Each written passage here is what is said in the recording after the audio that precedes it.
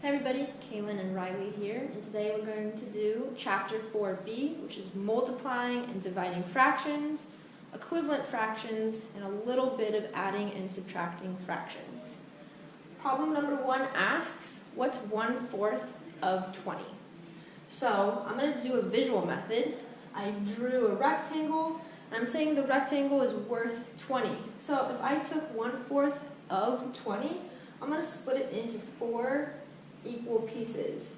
If I split it into 4 equal pieces, 20 divided by 4, each piece is going to be worth 5. So the bottom number tells me how many equal-sized pieces I'm going to split it up. The top number tells me how many pieces of that I'm going to take. I'm going to take one of them. So 1/4 of 20 is 5.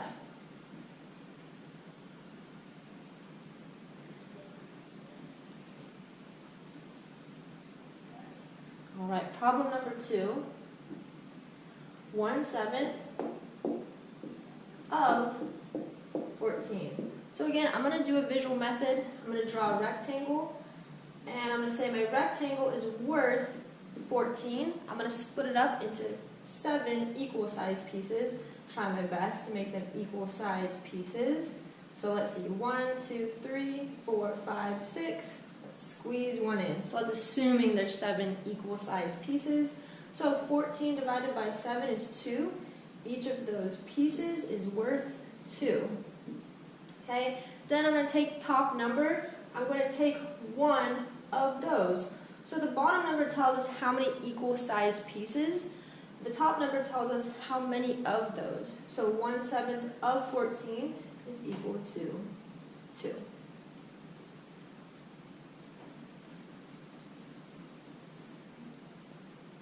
Number 3, 1/6 of 18. So again, I'm going to make a rectangle. It's going to be size 18. I'm going to split it up into 6 equal pieces. 1, 2, 3, 4, 5, and 6. We'll take off that end. 1, 2, 3, 4, 5, 6. Each of them is going to be worth 3. 18 divided by 6 is 3. So each piece is worth 3, and then I'm taking one of them, then 1/6 of 18 is 3.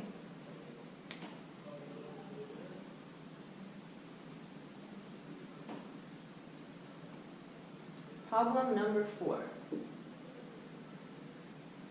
I have 7/9 of 45. Okay, so this time, now we have a top number, we have a numerator. I'm going to start with the same process. I'm going to draw a rectangle. It's going to be worth 45. I'm going to start with the bottom. That tells me how many equal-sized pieces. So essentially, I'm doing 45 divided by 9. So let's see, 1, 2, 3, 4, 5, 6. 1, 2, 3, 4, 5, 6, 7, 8. Tack on one more. So 45 divided by 9, each piece is going to be worth 5.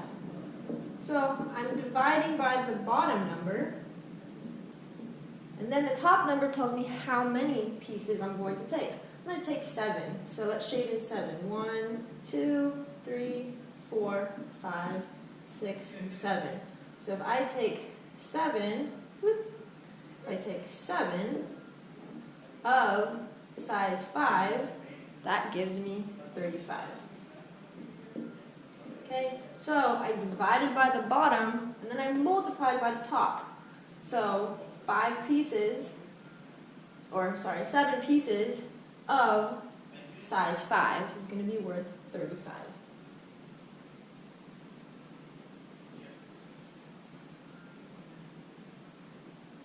All right, number 5. 2/3 times 21. All right, so the multiplication is really the word of. Okay, so when you see the word of, it really means to multiply.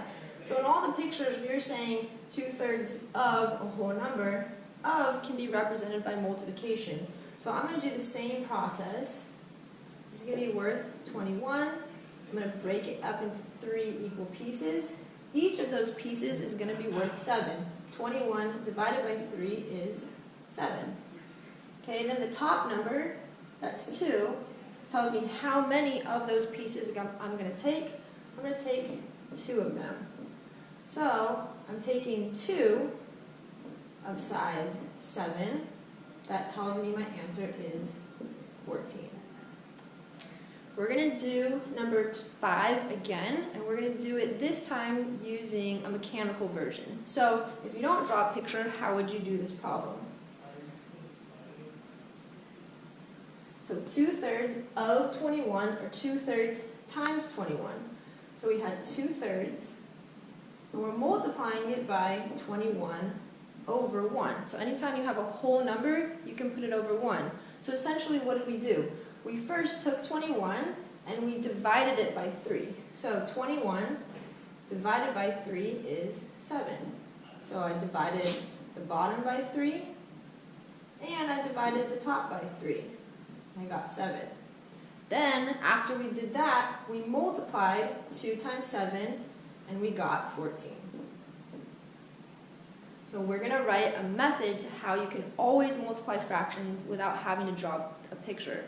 But the idea is to get it in simplest form first. We're essentially dividing before we multiply.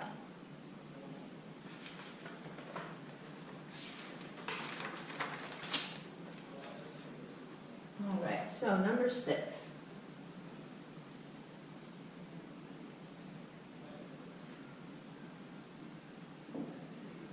Got 2/7 times 49. All right, so here's what I like to do. I like to first write my whole number over 1. Second thing, I like to write my fractions as one big happy family.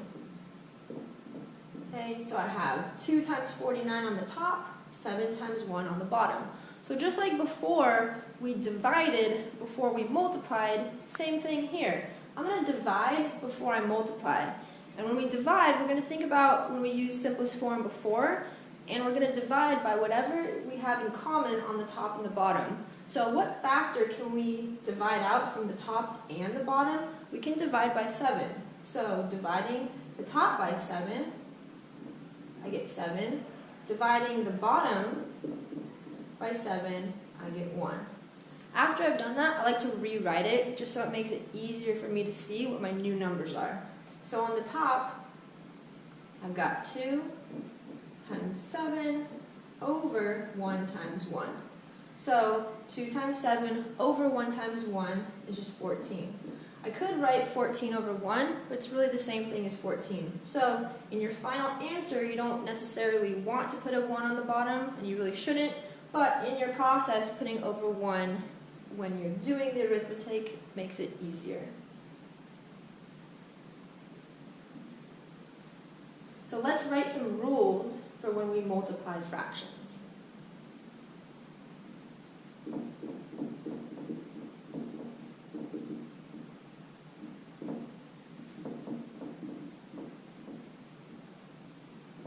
Alright, so when we multiply fractions, I'll write in blue. So what was the step that we did in blue? So we'll do that as step number 2. We're going to divide out common factors. Okay, top and bottom. So top and bottom. So whatever they share, you're going to divide those out. Okay, so in the last problem, they each shared a 7, a factor of 7 on the top, a factor of 7 on the bottom. So that's what we divided out. You don't have to do this step number 1, but I think it makes it easier, and that is we rewrote as, I'm going to call it one big happy family. So instead of seeing it as 2 separate fractions, we wrote the tops together and the bottoms together as one big happy family. And then the last thing, so after we rewrote it as one big happy family, we divided out the common factors. The very last step, which seems like it should be the first, but actually the last step, is you're actually going to multiply. So multiply tops, multiply bottoms. So we talked about simplest form in 4a, and in simplest form you always want to make sure that your very last answer is always in simplest form. There's no more common factors on the top or the bottom. So when we do these steps, step number 2, actually make sure that your final answer is in simplest form. So some people like to start with step number 3, multiply tops, multiply bottoms, but after you do that you have to get it into simplest form. This way ensures that you're actually getting it in simplest form from the get-go.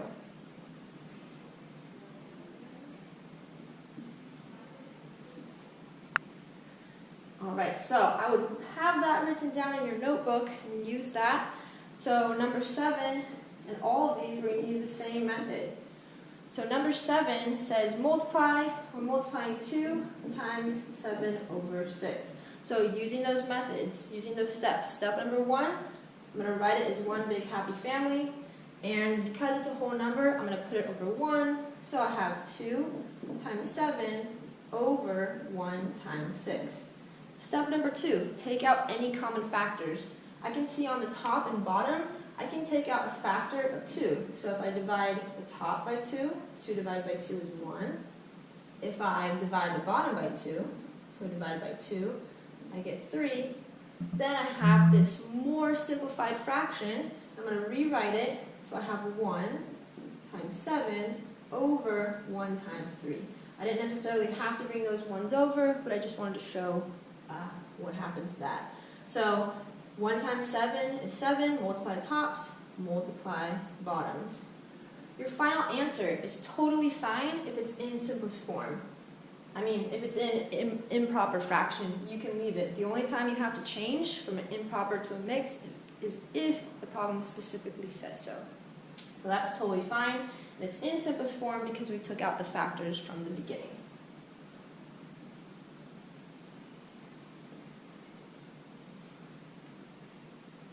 Alright, so number 8, now we're multiplying 2 fractions together, but we're going to use the same process. So I've got 7/9 multiplied by 4 over 5.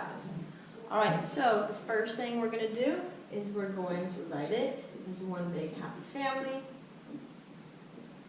Okay, and then we're going to take out any common factors. It might be that your problem does not have any common factors, but check for it first.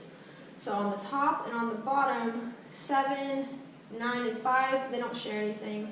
4, 9, and 5, they also don't share anything. So if that's the case, I just move on to step number 3, multiply the top, multiply the bottom, and my final answer is 28 over 45.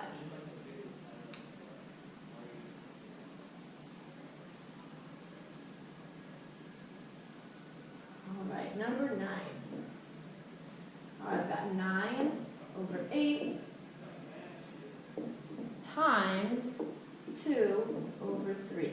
Alright, so first step, write it as one big happy family. Okay, sometimes there's going to be more than one factor you can take out. In this problem, there's going to be 2. So on the top, I can see that 9 and 3 share a factor of 3. So I'm going to go ahead and divide by 3, and I get 3. And I'm going to divide by 3 on the bottom, and I get 1. On the top, 2 can be divided by 2, and 8 on the bottom, also divided by 2. So 2 divided by 2 is 1. 8 divided by 2 is 4. I like to also circle what became of my number so that when I rewrite it, I can see easily what I'm actually going to be using. So on the top I have 3 times 1 over 4 times 1. 3 times 1 is 3. 4 times 1 is 4. So 3/4 is our final answer.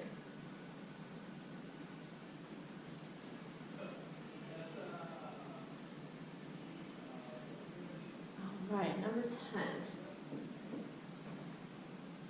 3 over 14 times times 4. So again, if I'm multiplying by a whole number, I'm going to go ahead and put it over 1. Step number 1, rewrite it as one big happy family. So 14 times 1. Then I'm going to take out whatever factors are shared top to bottom. 4 can be divided by 2. 4 divided by 2 is 2. 14 divided by 2 is 7. Okay, now that I've done that, I'm just going to rewrite what we have. You don't have to do that. That just helps me keep track of my work. 7 times 1. 3 times 2 is 6. 7 times 1 is 7. Final answer, 6/7. So again, your final answer should always already be in simplest form because you took out all the common factors first. But it's always a good idea just to check, just in case you didn't get all of them out to begin with.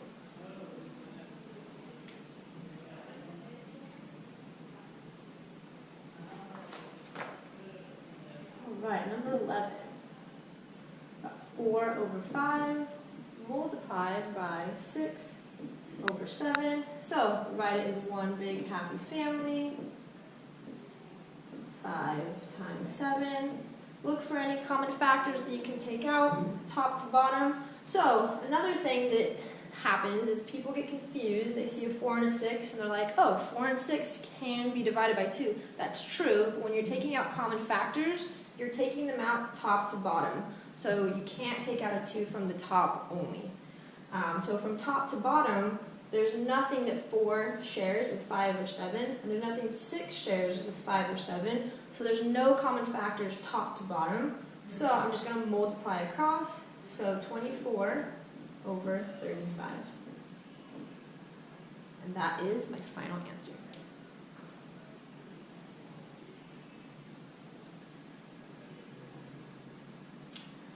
All right, number 12. So I have 8/9 times by 3/2. All right, same process. 8 times 3 over 9 times 2.